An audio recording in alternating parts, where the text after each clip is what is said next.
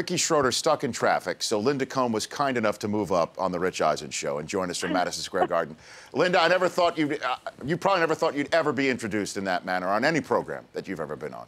Right, Linda? That is accurate. And if there ever was a time and a place, it would be you and your show.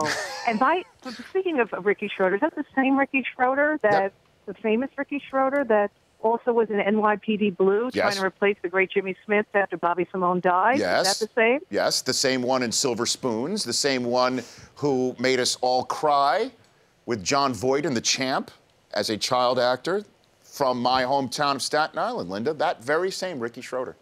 Oh, my goodness. Let me tell you something. I've been watching reruns of NYPD Blue to remind me how amazing that program was. And he was amazing. So please tell him I said so. I will do. Once he gets out of traffic. Now, the last time, Linda, you told me to say hello to a celebrity actor was David Cassidy, back when we were working together. And I went to cover the Holyfield Moorer 2 fight in Las Vegas. So it's overdue that I owe you one, Linda, okay? Exactly. It's so long ago. That's when heavyweight boxing was popular. Yeah. Holyfield Moorer 2, by the way. Did you say hi to Cassidy for? Of course. Dude, okay. Linda. Not only did he say hi to him, yes, he got me an autographed picture of him, and he, in turn, knowing how Rich is prepared for every assignment, made sure he had a photo of me so I could give David an autograph. And place it on his mirror in his dressing room. I did that for you, Linda. Well done, Rich. Well done. Correct. Linda Cohn here on the Rich Eisen show. And Ricky Schroeder, Linda, this is a segue. This is a segue. I'm giving you a segue alert. Ricky Schroeder, big fan of the New York Rangers. Huge ice hockey guy. So, oh, my goodness. Yes. So tonight, it's a big night for him as well. Game 7. Are you calling us from the world's most famous arena right now? You bet I am. Okay. You absolutely bet I am. And I was just inches from the ice where the storm will take place after the calm. Yes. I love that. What does happen tonight? What do you think happens tonight, Linda? Well, you know, let me put on, everyone knows I'm a big Ranger fan, but I'll put on my objectives hat. Please. First of all, it's going to be a one-goal game, which would make it 12 straight games. The Rangers haven't been involved in a one-goal game, if it indeed is a one-goal game tonight. Obviously, every game in this series against the Washington Capitals has been decided by one goal.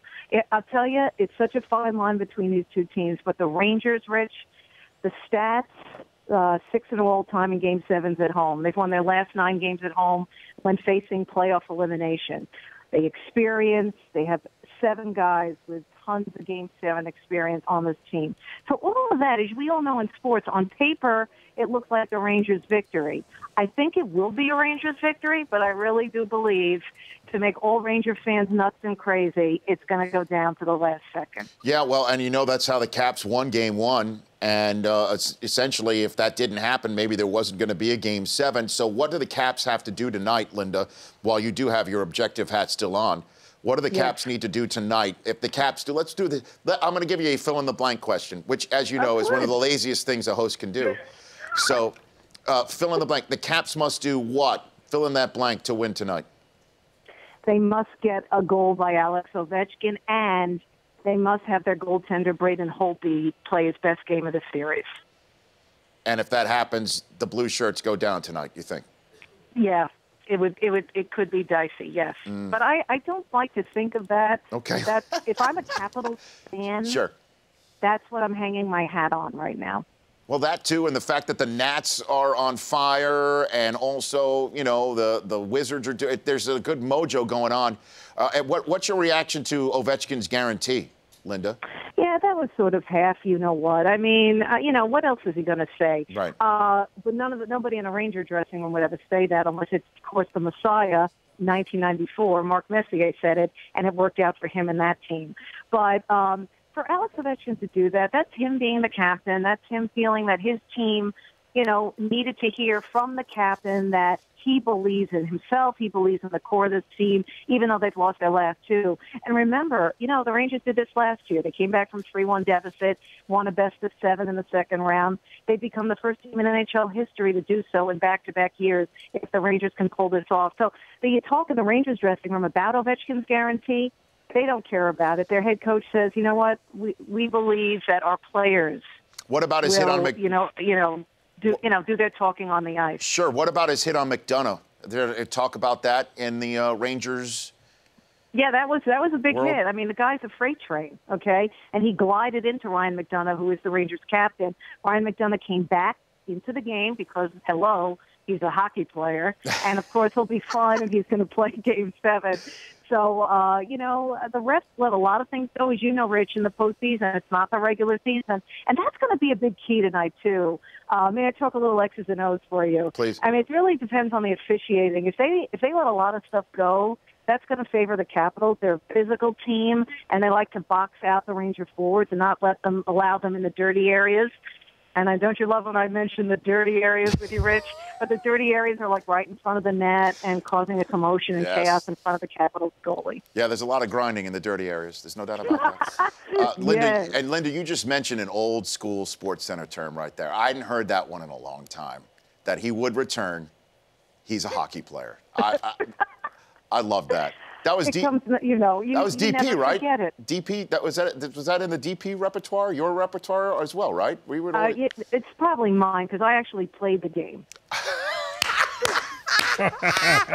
Oh yes.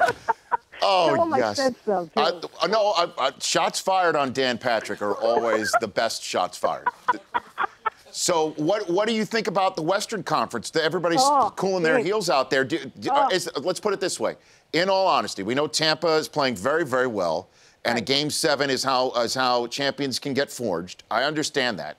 But the way the Blackhawks with Kane cruised and the way the Ducks have looked, losing only once in the playoffs thus far, would you agree that the favorite to win the Cup and hoist the Cup are out of the Eastern time zone?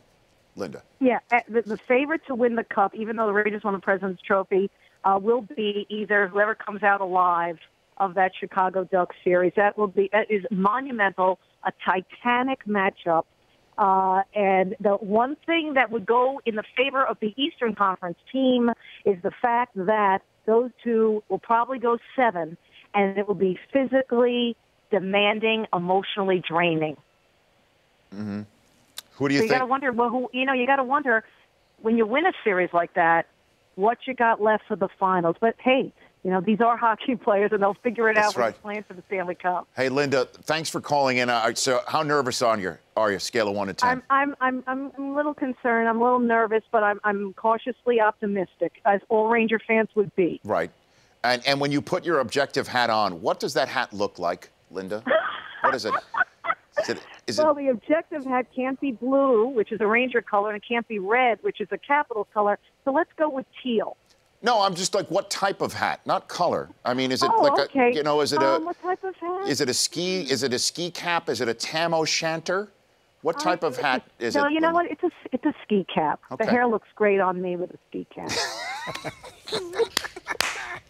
And it is hockey. Have fun tonight, Linda. Have fun. Thank you, Rich. Say hi to Ricky for me, all right? I will do that. You got it. That's Linda Cohn. Sorry, Rich. That's right. There's Long Island's, Strong Island's Linda Cohn wants a shout out to Staten Island's Ricky Schroeder. The Rich Eisen Show, weekdays at noon Eastern. On Audience.